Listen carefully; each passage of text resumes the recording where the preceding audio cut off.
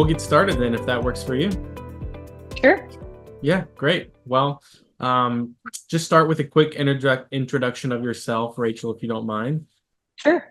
My name is Rachel Forsyth, and I'm the owner of 1-800-PACKOUTS of North Fort Myers. We've officially been open since the middle of July, and oddly enough, most of what we've responded to so far has been large loss. So we had Tropical Storm Debbie, we've had a lot of microbial growth jobs, and Helene was a big one, and now we're getting ready and prepped for Milton. So we've had a pretty large crash course in how to respond and how to be effective during total loss. It's definitely not necessarily the most common way that our franchises get started, but I'm glad to hear that you're ready to take on those big jobs and ready to help out. So that's great. Can you speak just a little bit more on exactly how your team can help in those times, and not just for large loss in general, but also just in these events where kind of big disasters come through and there's not kind of the day-to-day claims, but there's really kind of bigger and bigger impact claims across your area? Yeah, I think one of the things that we're finding out that's super important is education, especially because, if we're dealing with hurricanes specifically, a lot of our clients have what they think is they think they're covered, usually $100,000 in contents coverage, but it's through NFIP, so the National Flood Insurance Protection. And there's a lot of exclusions that are part of NFIP, especially when it comes to what's covered on contents and pack outs and things like that. So we have to really understand upfront and educate the customer on what they need to be doing. And Brian, I know you helped out with that. One of the things that we recognized during Helene is a lot of people felt helpless. They didn't know what they needed to do. And you helped us with putting together just some general information, like what do you do when you get impacted in a situation where, you've got 2 to 4 feet of water in your home and you feel lost. And, what are the steps that you take in order to even start to try, to have recovery. And so that education piece I feel is very large.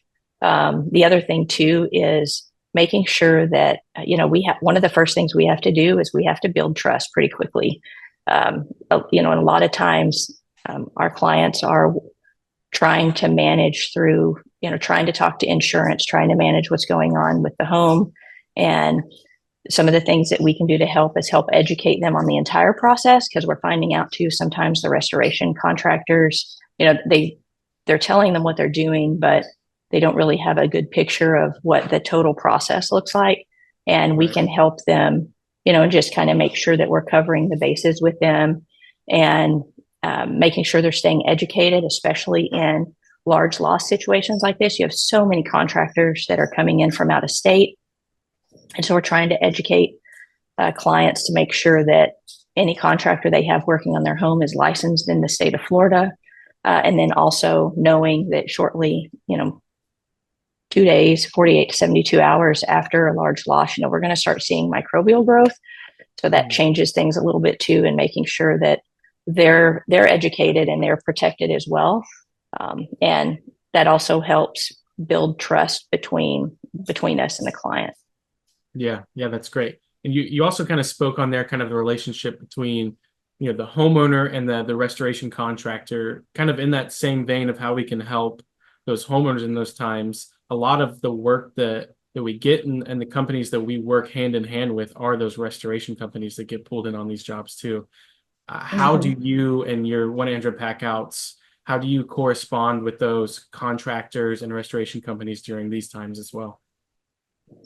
Yeah, well, it's really understanding that they're servicing multiple jobs at once. I mean, some of them have hundreds of clients on their waiting list and they're really bouncing around. So we're actually running into situations where, we're showing up on site and DHUs aren't there yet. They don't have fans in place. The floor is still wet. So we're trying to just get an understanding of when the contractor is going to start, because we're not going to be complete before before they have an opportunity to start. So it's really developing a strategy to say, hey, we're going to start in this side of the house. We're going to clean out everything in these rooms so that when you guys get on site, you can start. And then we've also developed a strategy where we see a lot of on-site cleaning that's going to be required. And so we end up moving a lot of that stuff out into an area, like out into the garage area, so that we can just get out of the house as quickly as possible, but still are able to do what we need to do and stay out of the way of the restoration contractor. So it's really just making sure that we've got good coordination on what their plans are. And in some cases, we're developing the plan because they're there first. So we just say, hey, we're going to get out of these rooms. Let me know if you're supportive of that first. And if not, we'll pivot. But we've not had a situation where we've had anybody, ask us to pivot.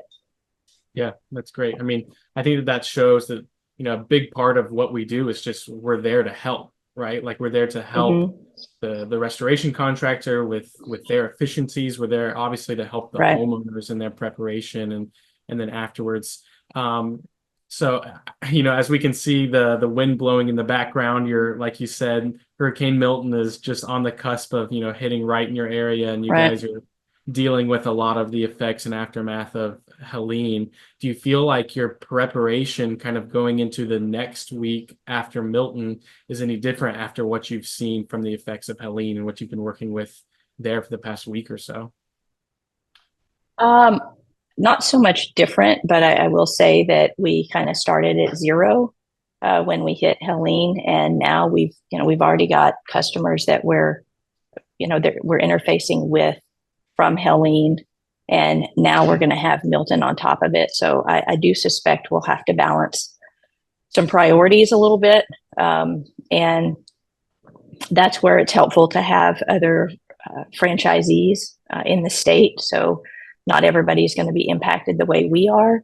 So we make sure that we have good conversations with those teams. So if they have capacity, what's the plan to try to help pull them in so that we can support multiple jobs at once in order to, just make sure that we're servicing the community as quickly as we can. Yeah, that's great to hear. We were, so glad that all of our locations there could help each other out. I mean, it's so important that, the network that we have of 1-800 packouts, I mean, really across the country, can come in, across times like this, because even in disasters outside of hurricanes, we've had examples of derechos in places and wildfires out in the West where we've had our locations come together. That's really great to see. We kind of talked about how it's not necessarily different, but anything like, kind of coming into Milton, you have a different mindset, whether your approach is different or not, that mindset is different. Do you feel like moving past these kind of disasters, you're out of, the kind of more large loss, kind of a little bit more in the day-to-day, that could be months from now, because obviously the impacts from these events last a while. But do you feel like anything that has come out of this kind of a little bit higher disaster focused time will lead to different preparation or different mindset going into your day-to-day moving forward? Yeah, absolutely. I'd say specifically in regards to balancing how we can scale up and scale down effectively. We want to make sure that we're supporting this high volume that we're seeing currently, but also don't want to take on a whole lot of overhead. So when we are on the other side of this, that we're not in a situation where we have to impact some livelihoods of our employees. So that's where the coordination with our fellow franchisees really comes into play, because, if we can leverage those resources to help us in the high volume time, and then, just trying to keep in mind of how we can scale up quickly. But then also, making sure, we were pretty fortunate. We did a lot of cross training early on when we opened up. So I've got some people to lean on. And so, I've got somebody that is really focused on making sure that we're turning estimates quickly. I have somebody that, can work on the admin side of it, because if we're out in the field, multiple days in a row, that those things aren't getting left behind as well, which are just important to, just to make sure that we're staying on top of things. I would say longer term, it's really understanding, we're seeing, I would say, like the worst case, right? Large loss, and moving forward, understanding that this is what we've dealt with. It's easier to scale back on smaller jobs. I would say, like when we get into some more of the day to day, that that's not going to be as overwhelming because we kind of jumped in directly into the deep end with all of these large loss claims. And some of the things we're finding out, we're not really packing out a lot of furniture. Our strategy on how we support is quite a bit different, understanding that most of our customers and homeowners are going to have this NFIP insurance. So we're leveraging our services on how we can document total loss for them, how we can do contents manipulation, how we can clean on site. And that also changes our strategy on how we prepare. So, my warehouse is about an hour and a half away from the population centers, which is great in a situation like this because I don't have to worry about the warehouse during this storm. But that means we're loading the truck up with supplies to be able to support on-site efforts. And we're using that truck kind of as a rolling inventory, if you will. And the strategy, is when we start getting, and we're working on multiple jobs at once, then we'll be able to drop supplies off at each of the locations and support multiple locations and kind of use the truck right now anyway as kind of that mobile inventory. Yeah, that's awesome to hear that you guys are really, embracing what homeowners need right now. I'm not trying to push extra services that aren't necessary. In our day to day, we obviously like the true pack outs and inventory and cleaning and storage is the bulk of what we do. But like you said, during these large loss times, specifically hurricanes, there's so much total loss. Having total loss as one of our services and is really helpful during these times. So I'm glad that you're embracing that. Speaking on your business and you're not just preparing as an individual, you're in your home, and I know you've probably shuttered up and hunkered down as much as possible, but kind of what advice would you give to other businesses, whether it be a 1-800 packouts or not, just in preparing, specifically for a hurricane, because I know that's what you have experience in, but just in general for kind of disaster? What advice would you give for that prep? Yeah, that's something that you have to think about early on. You're not trying to develop a plan at the time you need to execute. You need to think through that and understanding that this is the area that we live in and this is the season that we're in. When those were all things that were part of the development and planning process when we selected a warehouse. So now that it's here, all we had to do was execute. And really, it's just making sure that, we're pretty fortunate. Our warehouse is a concrete masonry block. We've got impact resistant windows in it. So we're we've got a really solid structure for all of our customers' belongings and such. And so we're just making sure that things are off the floor in case we do get some leaks, and away from the walls. All the doors are locked and secured. And then anything that was sensitive, we went ahead and covered some sensitive items up again with either, with plastic or additional, just to make sure they're protected just in case. And then I ended up, parking the truck right up against the building so that it's a little bit more protected from the wind. But yeah, that's not a whole lot, fortunately, just because we're fortunate enough that the structure is strong enough that we really just have to kind of make sure that we're buttoning up on the minor items. Yeah, that's great. And I know you spoke on kind of a lot of work you've been doing since Helene. Are there any specifics, specific job that, was really, it kind of showed you why you do what you do? And I know, like we said, it's not these big, massive jobs, but this is a hard time. And that's kind of what we're in the business in, is helping people after a hard time, especially something like this. Did you have a specific experience or anything like that over the past few weeks? Oh, sure. Yeah. One that we're actually still in the middle of. This couple, they were actually renters down in Siesta Key. So they had just moved to Florida 8 weeks ago. Mm. and they ended up with about 2 foot of flooding in the home that they were renting during Helene. And they had evacuated to Chicago. So I get connected with the client, and the homeowner had been in, kind of showed her some pictures, but she was kind of frantic. Like, I've got some nice fur coats, and I've got some things that I really want to make sure. This is kind of a recovery mission.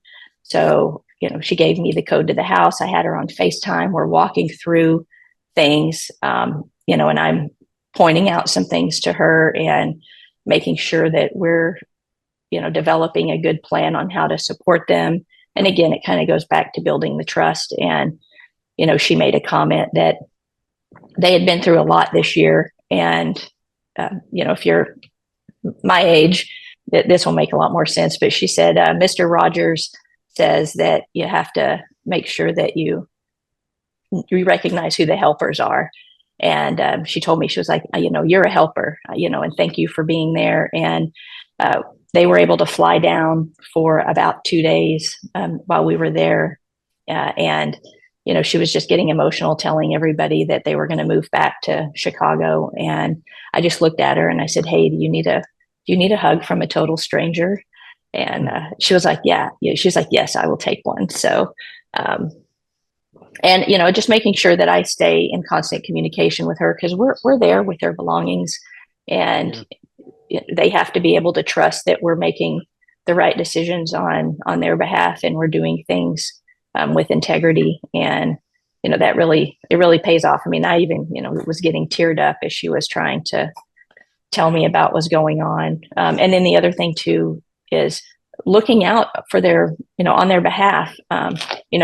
She didn't communicate to us directly, but her son, we knew just by going through some things that her son had some kind of asthma or something like that. And we went into the room, and there was quite a bit of microbial growth that had started. And so I kind of pulled her in and I said, hey, okay, this changes the situation quite a bit here. So things that we would traditionally say that we're going to save, we're not going to be able to do that in this case.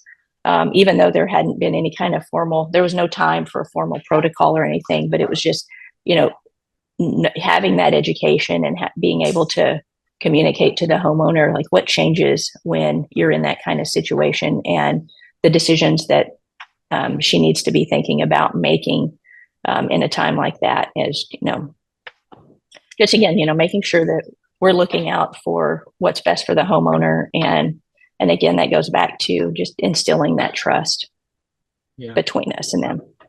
Yeah, that's that's a hard story, but I'm so glad to hear that you were there to help and to be the helper. And thank you for embodying the values of 1-800-PACK-OUTS. Right. That's exactly what we want to be in every area that we're in across the country. So we're proud that you could represent the brand and yourself and your business in that way. So yeah. Well, I don't want to take too much more of your time here, but I did want to give an opportunity. I don't know if you guys, like we said, this is a lot of, dealing from Helene, but again, we see the winds picking up behind you. Milton is incoming. Right. Is there anything kind of in the short term right after Milton that you guys plan to do in your community, or anything that you'd like to shout out that people can look out for there? Yeah, we were actually in preparation for doing this for Helene as well, but we have a lot of branded water that we were going to show up and start handing out. But you kind of have to be careful too, because some areas, especially, we expect the impact here for storm surge to be pretty significant. I think it's 10 to 15 feet. So a lot of the barrier islands are